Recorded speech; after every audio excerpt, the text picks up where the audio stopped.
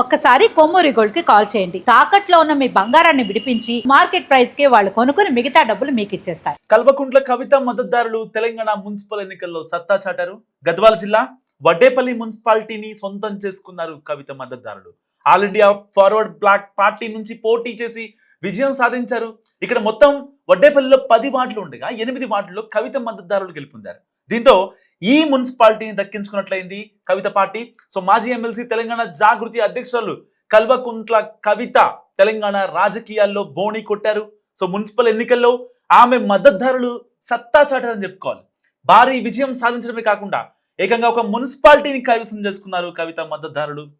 So Jogulamba Gadwal జిల్లాలోని వడ్డేపల్లి మున్సిపాలిటీని కవిత మద్దతుదారులు దక్కించుకున్నారు. ఇక్కడ మొత్తం 10 వార్డులు ఉండగా so All India Forward Bloc party నుంచి పోటీ చేసిన కవిత ఏకంగా 8 వార్డులను కైవసం చేసుకుంది. మిగిలిన 2 స్థానాల్లో అధికార కాంగ్రెస్ 1, బీఆర్ఎస్ 1 గెలుచుకుంది.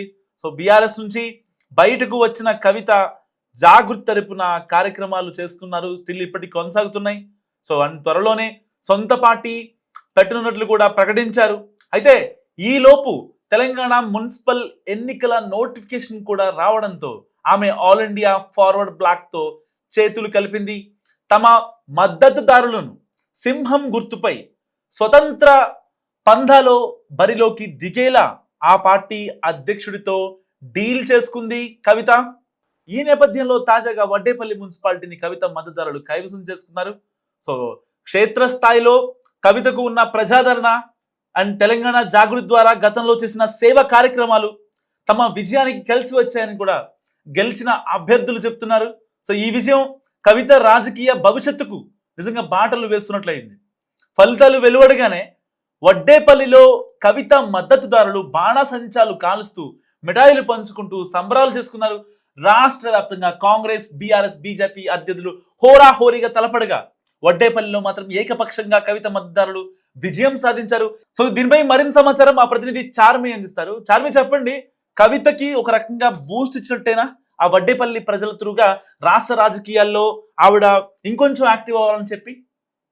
ఎస్ మనోజ్, మీరు ఇందాక చెప్పిన దాని ప్రకారంగా చూసుకుంటే కంప్లీట్గా అంటే గద్వాల జిల్లాకు సంబంధించిన వడ్డేపల్లి అంటే ఒక్క వార్డు మెంబర్గా గెలిస్తేనే సంబరాలు అంబరాన్ని నడుతాయి. అలాంటిది స్వతహాగా పోటీ చేయాలనుకున్నారు. కానీ ఇంకా పార్టీకి సంబంధించి ఏమీ పేరు లేకపోతుంది. తాను అటు ఏఐఎఫ్పి పార్టీతో అయితే కొలాబరేట్ అయి చేయడం జరిగింది. అయితే ఒక్క వార్డులో గెలుస్తారేమో, మహా అంటే 2 లేకపోతే 3 అనుకున్నారు. కానీ అటు అధికార పక్షం ఇటు ప్రతిపక్షం ఇద్దరిని ఓడించి, అది కూడా టగ్ ఆఫ్ వార్ అంటే ఈ లెవెల్లో ఉంటుంది అనే దానికి కవితకి సంబంధించిన పార్టీ మెంబర్స్ నిదర్శనంగా నిలిచారు. 10 ఉంటే వార్డ్స్, అందులో 8 వార్డులు అది కూడా ఒక పార్టీ అంటే అటు ప్రతిపక్షం కాదు, అదే విధంగా ఇటు అధికార పక్షం కాని పార్టీ, అది కూడా కవిత బయటకు వెళ్ళిపోయి అంటే ఒక ఎంపీగా తన జీవితాన్ని అంటే కెరియర్ని, పొలిటికల్ కెరియర్ని 2014లో స్టార్ట్ చేసి 2025లో తన కెరియర్ని కంప్లీట్ చేశారు. అంటే నేను ఇంకా బయటకు వెళ్ళిపోతాను, ఒక ఎంపీగా, ఒక ఎమ్మెల్యే, ఒక ఎమ్మెల్సీగా తను చేసిన తర్వాత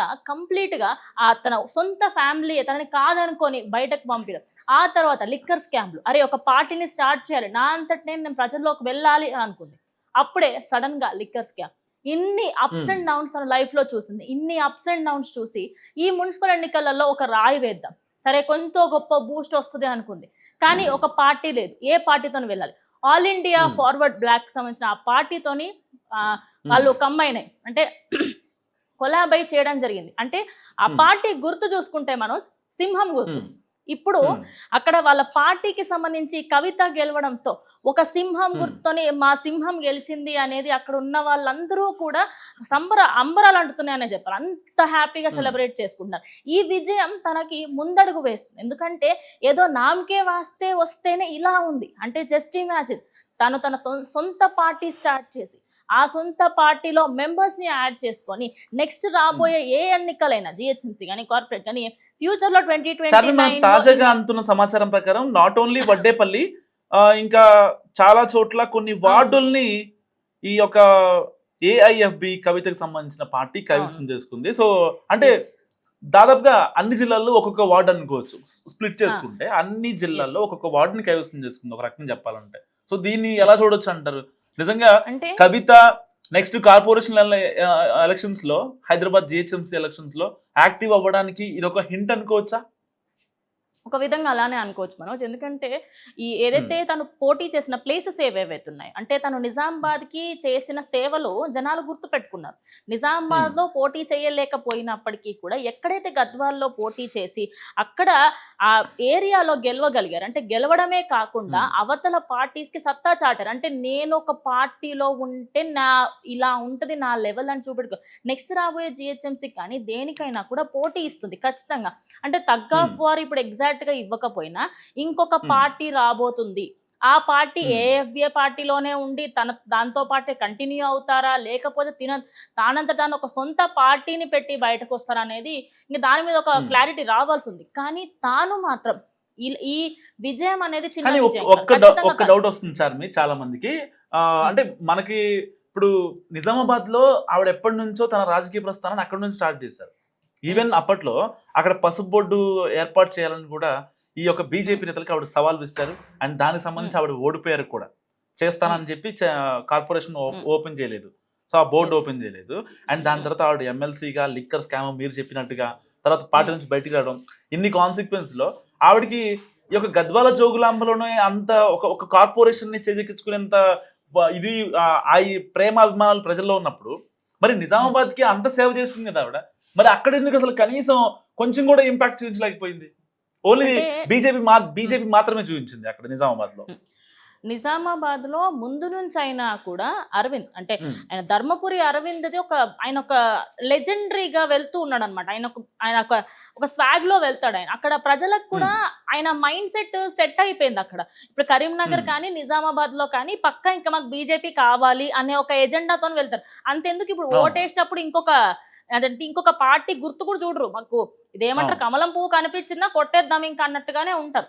అయితే అక్కడ ప్రాబ్లం ఎక్కడ వస్తుందంటే నిజామాబాద్ లో చాలా మట్టుకి ఎంఐఎం పార్టీ వాళ్ళు బాన్స్వాడ, బైన్సా, అదేవిధంగా బోధన్ ఈ ఏరియాలలో ఎప్పుడు కూడా ఈ ముస్లిం పార్టీలు ఎక్కువగా ఉన్నాయి. అప్పుడు బీఆర్ఎస్ ఫస్ట్ టైం గెలవగలిగింది.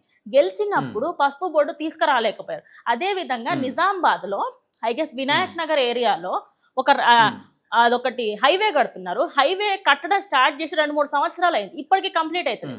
వాటి గురించి కూడా చాలా మంది ప్రజలు ప్రశ్నిస్తూ ఉంటారు. అంటే నిజామాబాద్ ప్రజలకి కవిత పైన నెగిటివిటీ ఎక్కువైపోయింది. అంటే నువ్వు 10 సంవత్సరాలు ఉన్నావు, ఏం చేసావు చెప్పు, ఏం చేసావు అనేది ఎక్కువైపోయింది. అంటే ప్రజల కోసం చేయలేదు, ప్రతిసారి స్కూళ్ళల్లోకి వెళ్ళడం, కాలేజెస్లోకి వెళ్ళడం, ఇవన్నీ అంటే పాజిటివ్ ఇన్ని ఉన్నాయి కానీ నెగిటివ్ కూడా ఎక్కువ ఉంది.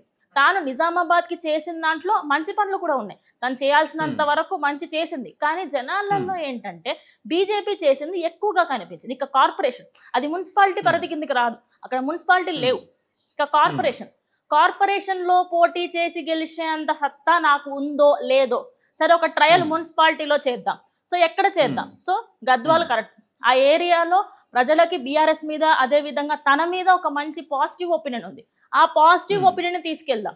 ఇక ఆ పార్టీ ఏదైతే ఉందో AFB party, All India Federal Bloc అనే కంపెనీ ఏదైతే ఉందో ఫార్వర్డ్ బ్లాక్, ఈ పార్టీకి సంబంధించి ఆ పార్టీ అక్కడ కొంచెం ఎక్కువగా అంటే మద్దతు ఉన్న పార్టీ అనమాట. ఏదో చిన్న చితక పార్టీ కాదు. ఇంకో విషయం ఏంటంటే ఆ పార్టీతోని కొలాబరేట్ అవ్వడం వల్ల జనాలలో అరే కవితకి సంబంధించిన వ్యక్తులు ఉన్నారు ఇందులో, ఆ పార్టీ గెలిచింది.